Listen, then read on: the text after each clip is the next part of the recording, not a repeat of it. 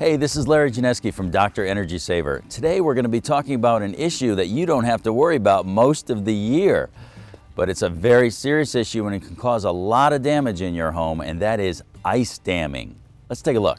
Now here's a classic example of ice damming. You can see that there is 8 or 10 inches of ice at the edge of the roof.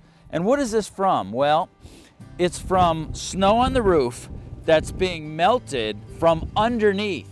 You have heat escaping through the ceilings into the attic or through cathedral ceilings, and it's warming the bottom of the roof sheathing. It's warming the roof deck. Now this is heat that you paid for. You bought fuel, your furnace made heat, or your boiler made heat. Heat rose in the house, it escaped out of the house, and you're warming your roof. You're heating your roof, and you don't want to do that. That's a waste of heat. You want to heat your rooms, not your roof. Well, anyway, this snow gets melted from underneath, and the water runs down the roofing underneath the snow, and it gets to the edge of the roof where you can see there's a little overhang on this house, and you have the gutters. The water is no longer under the influence of the heat from escaping out of the house when it gets to the edge, and it refreezes, and you get this big ridge of ice, and that can cause big problems. So what big problems can it cause? Well, if there's a rain, if it warms up and there's a rain, or when it warms up and all this snow melts off the roof, the water will run down and get behind this big ridge of ice. And you have roof shingles, and if you had a flat roof, you wouldn't put individual roof shingles on a flat roof to waterproof the roof, right? So water doesn't go through it. They're individual shingles, and water is just going to go right in between them if you had a flat roof. Roof shingles depend on a slope for the water to drain and run off the roof. Well, when you get that big ridge of ice blocking the flow of water off the roof, it puddles up behind that ridge of ice, and the water goes up underneath the shingles. Essentially, these individual shingles are now in a big puddle of water. Water goes up underneath them, and it floods down into your attic and along your exterior walls, and it can cause massive damage. You can have it raining down through your kitchen cabinets, your drywall's getting all wet, your curtains and drapes and flooring, and it could be a big mess. It doesn't happen very often, but when it does, it's a lot of damage. And insurance companies fear this, and you should too, because it's a huge disruption. Here you can see the ice on the siding that ran down behind the gutter because it can't get off the roof. Certainly can't run through the gutter, all frozen, but it can't even run over the gutter. So it's running behind the gutter and dripping down the siding and refreezing. And that's going to get worse, and the water can go up underneath the shingles, and then this is what's going to happen inside the house. Let's go inside and see what the problem is that's causing this ice damming.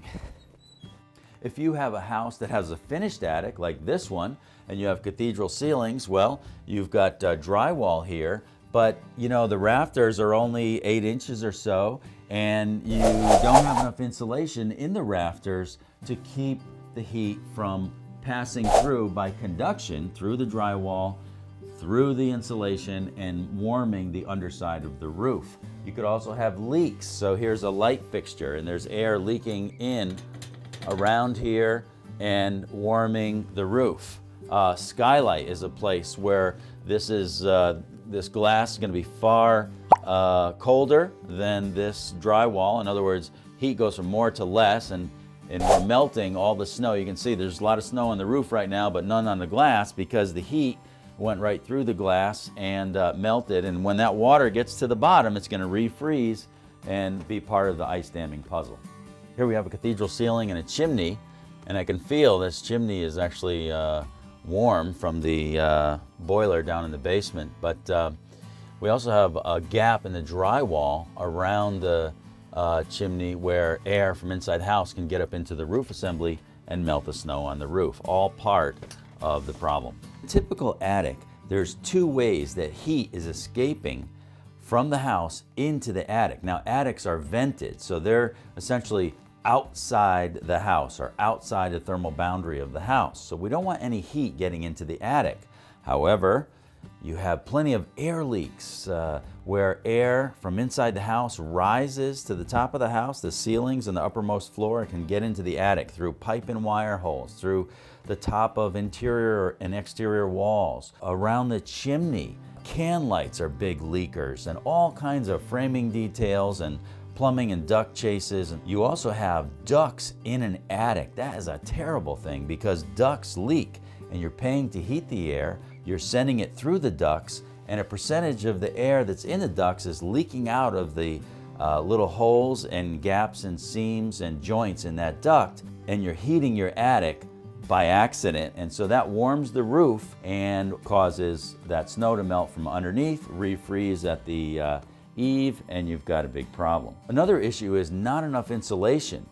The average house has maybe 5 or 6 inches, 7 inches of insulation, but we know for optimum results, we need loose fill, true soft cellulose insulation that will fill all the little nooks and crannies, unlike fiberglass bats that don't fill all the nooks and crannies. And we need 17 inches of it. We need R60, which is the optimum level for homes recommended by the Department of Energy. Now here's an example where you see the ice damming on the left side over the heated house, but there's the garage. Now the garage is not heated, so that's a great example of how it's heat from underneath that's causing the problem. Unheated buildings won't have much of ice damming. Now here's a homeowner who knows they have ice damming. They have had water damage in the past, and every time they have a lot of snow on the roof, they have to go out there and shovel the bottom of the roof in particular off.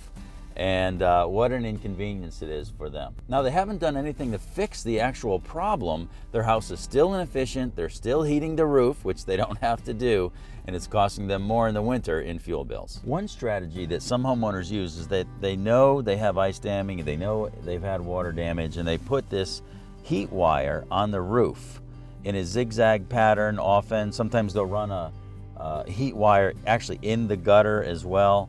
That's one way to do it, and you can see how it melted the ice at the eave. And then right in the corner there where the wire ends, there's ice damming. But you know, the problem here is that you're adding energy, right? You're wasting energy from the house, heating the bottom of the roof deck, melting the snow from underneath, and then you're wasting more energy with the heat wires, which consume a significant amount of electricity to try to combat the problem. The real solution is to make the house energy efficient with air sealing and insulation. Here you can see that this attic is obviously vented, as all attics are, and the attic should be cold. Well, why is that snow melting from underneath, causing that huge ice damming there? It's because heat is escaping out of the conditioned space, heat that you paid for, and is lost forever. Now here's an example of what could happen with ice damming. You see this, these icicles are coming out from underneath the corner board. That means that water is getting behind the siding. You can see up there, the gutter's frozen, and water is getting behind the siding. That means water is inside the wall.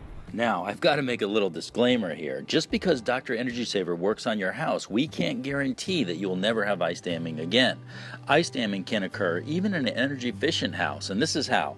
Number one, when air temperatures are above freezing during the day, melting snow into water, and temperatures drop down below freezing at night.